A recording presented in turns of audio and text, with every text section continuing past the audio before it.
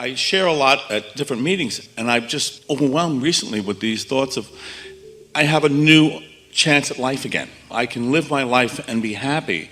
And I encourage people to do the same thing. This is a tremendous opportunity that we have to live life. Well, the reason that we teach meditation is because when you have things about life that you're struggling with, and law of attraction has provided a momentum about it, it is not an easy thing to stop that attraction. It just isn't. And people who are looking at their life experience from a see it, hear it, smell it, taste it, touch it point of view, and they're witnessing what's going on, and they hear someone like us or like you talking about living happily ever after or looking for something that feels better, they think that you're out of your mind. They want you to face reality. They don't want you to live in a fantasy world. They don't want you to make things up.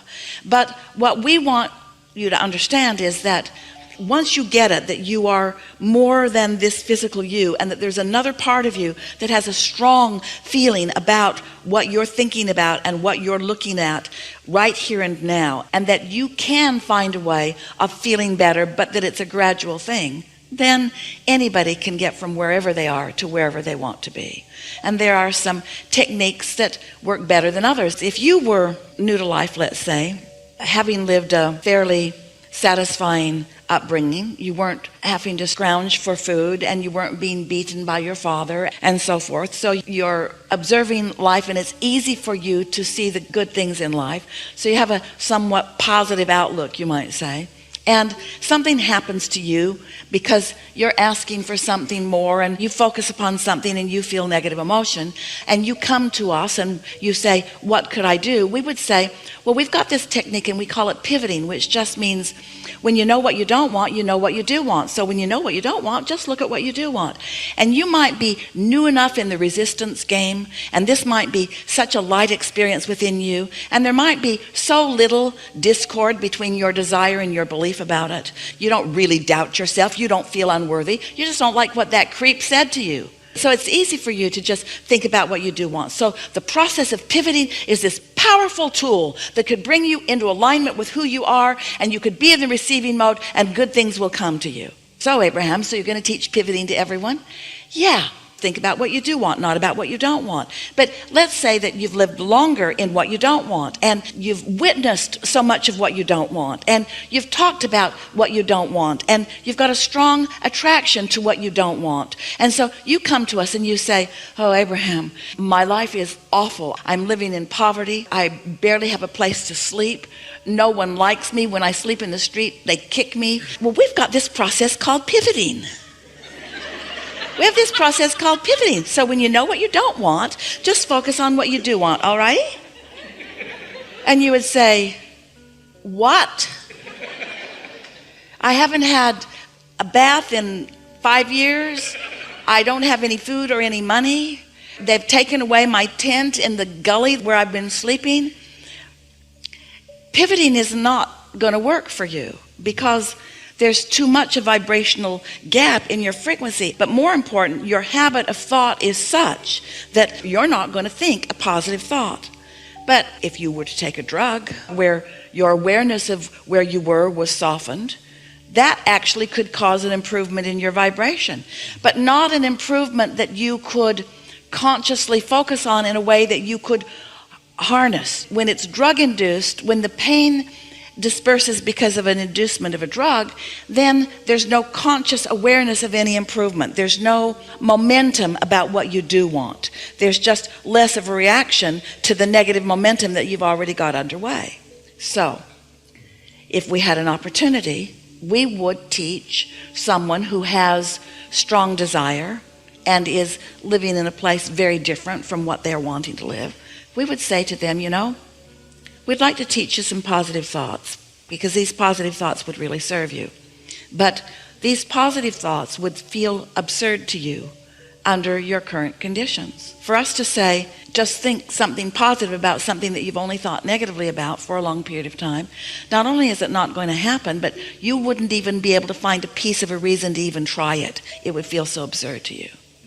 But if we could show you how by just sitting and being still for a little bit, and not trying to explain anything to anyone, and not trying to fix anything right now, because you can't get there from there, If we could show you how to just sit and observe something that doesn't require much focus, like watch a stream go by and just watch what's floating on it, or listen to something in the room that you can hear this motor in the air conditioning.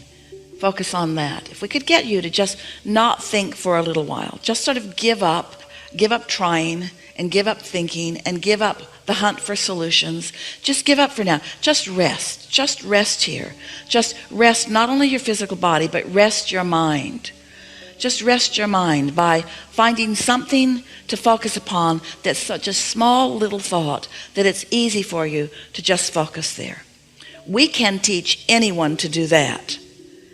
And we can teach everyone to do that much more easy than to teach you to find a positive piece of a negative thought. Because law of attraction isn't encouraging you toward positive pieces of negative thoughts. It's a whole other vibrational frequency that's going on. Does that make sense to you? So once you are able to quiet your mind, really quiet your mind, what happens is you stop attraction, you stop momentum. And once you stop momentum, once you're able to stop the momentum of those negative thoughts, if you can do that for 3 minutes today, it might take you 15 minutes to get there. It might take you an hour to get there, but we don't recommend that you sit for an hour. 15 minutes is enough. And if you get there for a minute, then that's good. And then if you do it the next day, then that's good. And if you do it the next day, then that's good. And if you do it the next day, then that's good. And if you do it the next day, then that's good.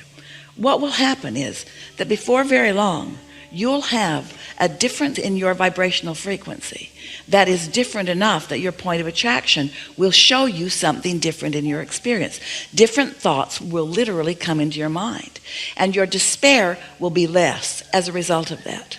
So meditation is the process that we're encouraging mostly these days for everyone, because it's easier to teach you to have no thought than it is to have pure positive thought.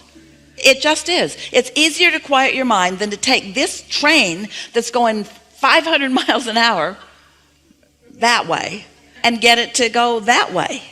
It's much easier to just quiet your mind. And here's the thing that we really want you to hear. Because every time you know what you don't want, you know what you do want.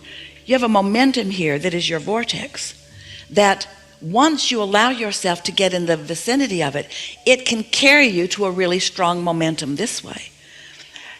Did you ever see, Esther remembers it from her childhood playground, a merry-go-round that it was not motorized, it was just on a pole and well balanced, and the kids could get on it, and some would push and some would ride, and they would get it going faster and faster and faster and faster and faster. So if you got on it before it was moving, or when it was moving very slowly, you could have success in jumping on. But if it was going fast when you approached and you tried to get on, it would just spin you off in the bushes.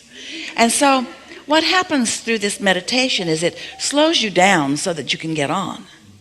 And then, because your inner being already has momentum going, your inner being, who is so sensitive to where you are in relationship to who you are, to where you are in your physical form in relationship to where you are in your non-physical form, to where you are in your physical beingness as to where you are in your non-physical beingness.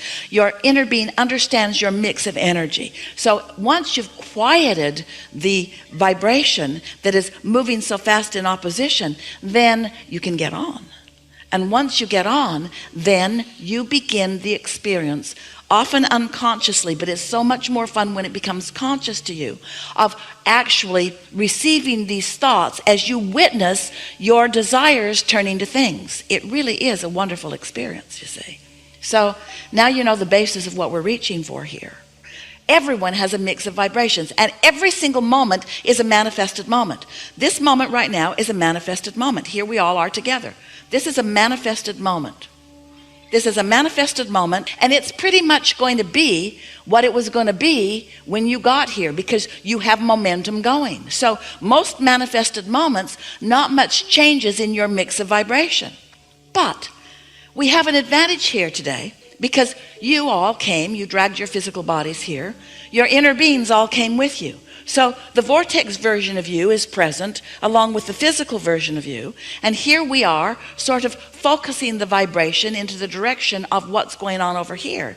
And so under these conditions, it is our promise to you that your vibrational mix will shift just as a result of this conversation that we're having here today. You will become much more of a vibrational match to what you want than to where you are. You will become, by the time these hours have passed, more of a vibrational mix to the vibrational reality that you have been creating all of this lifetime and even before than you even are to the vibrational reality that you are living, because you're here, your phone calls have been suspended mostly. You're not in communication about what's going wrong, mostly. There's a much more leaning in the direction of solution and a much less leaning in the direction of problem. And so the vibrational mix of you is shifting, which means the insights that will come to you, the understanding that will come to you is exaggerated in an environment like this, which means since words don't teach, it's odd we offer so many of them, since words don't teach, but vibration does shift, now your point of attraction is different, and now the different things that happen to you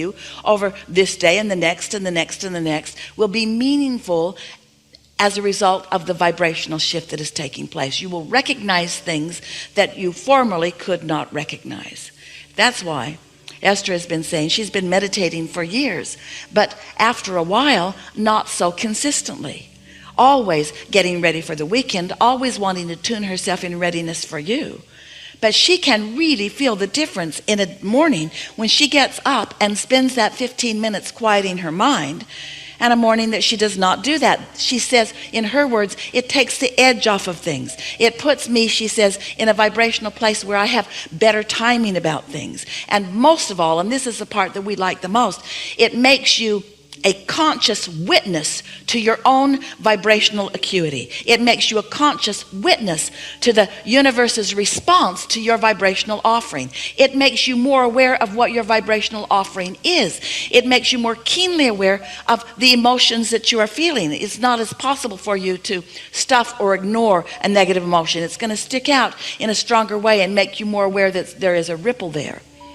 We'll talk more about it as we're moving forward, but we're appreciating. Is there something more you're wanting from us? When I talk to people today, I encourage them, take the information that we're getting here or whatever's helping you and go out in the world and live. Go out and have fun, and live life. And some of them can hear you and some of them don't like to hear it from you. And so here's a message that will serve you all more of the time. I'm happier now than I've ever been, because I'm thinking less about trying to work my problems out. I found a way to chill, and life just works better for me when I'm chilled than when I'm fussing. Figured it out that I can't think my way out of these problems, they just get bigger. So I just started to accept it as something that was and just sort of give it up. And the more problems I give up, the more of them solve themselves without me. And of course, everything that we're talking about says the same thing, but it just sounds better to somebody than if you say, oh, there's this man who calls his wife Abraham. No. That's the funniest thing Jerry and Esther ever heard. It's sort of hard to explain what someone's not in a vibrational place of receiving. But they do want to hear that you're happy. Sometimes it is helpful for them to know that you weren't always, or even that you aren't always, and that it's okay. Because until what is okay with you, it can't improve. As long as you're pushing against what is, you're just holding it right there where it is in that uncomfortable place. So you got to make it all right with you. And it is all right because, here you are, extensions of source energy. What a wonderful thing that you are doing, even being here. Do you know how much appreciation all that is feels about you being here on this leading edge, sifting and sorting and finding something that is new? You are what is putting the eternalness in eternity. You are reaching for the new. And of course, when you reemerge into non-physical, you will then receive the full benefit of what you've reached for and finally found once you reemerge. But we don't think you should have to croak to find it. We think you ought to be able to just chill out and receive some of that clarity and some of that happy right here, right now. Yes? Mhm.